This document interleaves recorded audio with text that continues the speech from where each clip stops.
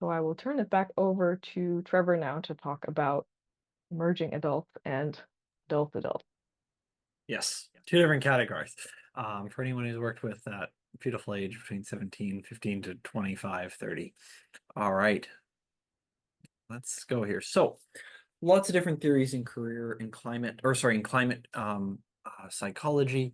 Um, these models are in development. So one thing I'm going to talk about here is some of them, but I will just acknowledge that these are things that are still being worked on.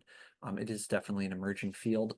One theory that I particularly like is Piccolo's and Ann Holmes' um, model for process of eco-anxiety and eco-grief.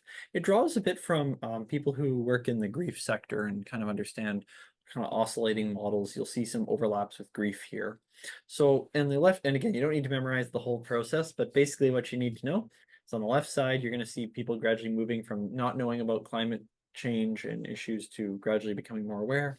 Then they have a shock experience. Now, what's important to note is that from this, you then can develop these strong feelings of anxiety, fear of the future, or depression, and that in navigating these sort of shock and then these emotional waves, you're really combining action, taking meaningful action, doing activism, taking work that you feel is meaningful to you, that aligns with your career and climate values, grief, processing, and basically processing the emotions, and then distracting yourself with all the good fun things in life.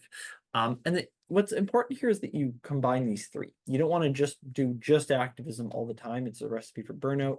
Likewise, there are limits to insight from just continuously processing emotions, much like we see in grief therapy. There is like limits to how much you can kind of just go over it and over it and over it. You do in fact have to actually try other things.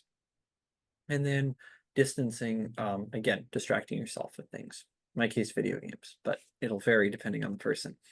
Over time, this then transforms from the intensity of that emotion at the start to kind of space where you can still become depressed or anxious, but it's at a lower level and you can continue to, again, have that combination of action, emotional processing, and self-care, which can include distracting and distancing yourself. Now, one other point I will make that differs is sometimes in grief stages, sometimes people talk about denial, but in this model, denial actually comes out of shock. So as an alternative to experiencing the anxiety and depression and fear of the present climate crisis happening, sometimes people choose to kind of create their own reality and can often fall into sort of spaces around conspiratorial thinking or just flat out denying kind of that experience, but that it is actually kind of a way of avoiding the emotional experiences of anxiety and depression. So again, a model that is still in development, but I do find it helpful in conceptualizing many of my clients. Move on. Another thing I find helpful, particularly in the action aspect, which is a big focus for me in a lot of my career development work, is this idea of a hope gap. That there sometimes can be a missing piece between people caring about climate and people wanting to do, and then figuring out what they could actively do about it. And that if people care about climate but don't feel empowered to do anything or don't know what to do, then you can very easily fall into sort of this disengagement, fatalistic kind of nihilism and cynicism about the world. Next slide. A quote that I particularly like, and for anyone who's had to sit down on my book clubs, I particularly recommend A Field Guide to Climate Anxiety by Sarah Ray. It's great bibliotherapy when working with clients, and really it talks about hope being short-lived unless coupled with a desire for future worlds that are not depressing, but so enticing they might lead us to yearn for a new way of being. Particularly enjoy that quote, and just the idea that you can't really sell people on penitence, that you can't be like, if the world would just suck a bit more in your life, we can all be in the future at some unforeseen point better. But really trying to put a saying to it that is in a way of framing it that, this world can be better than the present. And what would that look like? And we'll talk more about that, and we'll talk about envisioning at the end of this workshop, but really exploring that you have to maintain hope, otherwise everything else and the belief that the future could be as good or better than the present. Next slide. So we're going to talk a bit about hope. If you move forward a little bit, I want to start with this sort of experiment because people use the word hope a lot, but I like to kind of nail down a bit of a definition.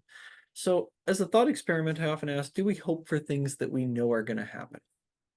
if we're certain of something happening, do we hope for it? I would argue we do not. I would argue, when I go to bed, I do not hope that my house won't fly into the atmosphere. I'm quite certain that it will not. But that hope actually comes from places of uncertainty, spaces where we don't know what's going to happen. And that hope can only exist in spaces where the outcome is unforeseen. Now, if we jump forward a couple of parts, there's two types of hope. One is passive hope, or I take this from Dr. Homer Dixon, who's a political science theorist who kind of talks about political violence and environmental and climate change. And he defines hope that, or as I call it, passive hope, as hope for things that you either cannot control or do not want to dedicate energy towards at this time. So I hope that I live in Winnipeg. I hope the weather's not cold tomorrow. I have nothing I can do to change that. Likewise, I was recently on a panel about where they were talking about silica mining, and they asked me about my thoughts on silica mining, and I was like, I'll sign a petition, but like, I'm not going to dedicate energy to that. I have too many things on my plate. The other type of hope, if we go ahead a slide, is hope two, or active hope. So this is things you're caring about and you're actively dedicating energy towards right now. So we'll go to the next slide. And if we open this up again, it gives us a bit more of an overview there. So, and if we go one more slide.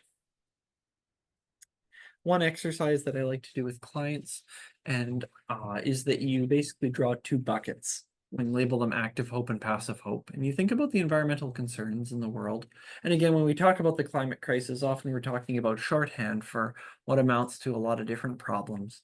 So you're going to pick the things that are listed there and you're going to put them in either your active hope bucket or your passive hope bucket. And then really take a look at that. And if your active hope bucket's overflowing and your passive hope bucket's empty, well, maybe you're trying to take on too much and you need to share the glory. I often say group problems deserve group solutions, and that we can't, we all can't be in charge of, no one's going to save everyone. No, there's no savior here. There is sort of group activities and thinking about what do you want to actively take care of. Likewise, if everything is in the passive hope bucket, well, maybe it's about figuring out what's one thing you could do. What's one group you could join or get involved in? And trying to find that balance. I also like the buckets because you can move them around at any time. You're not saying I'm abandoning this issue forever. Maybe I'll take up silica mining later on, but we're saying at this point, what do I want to focus on?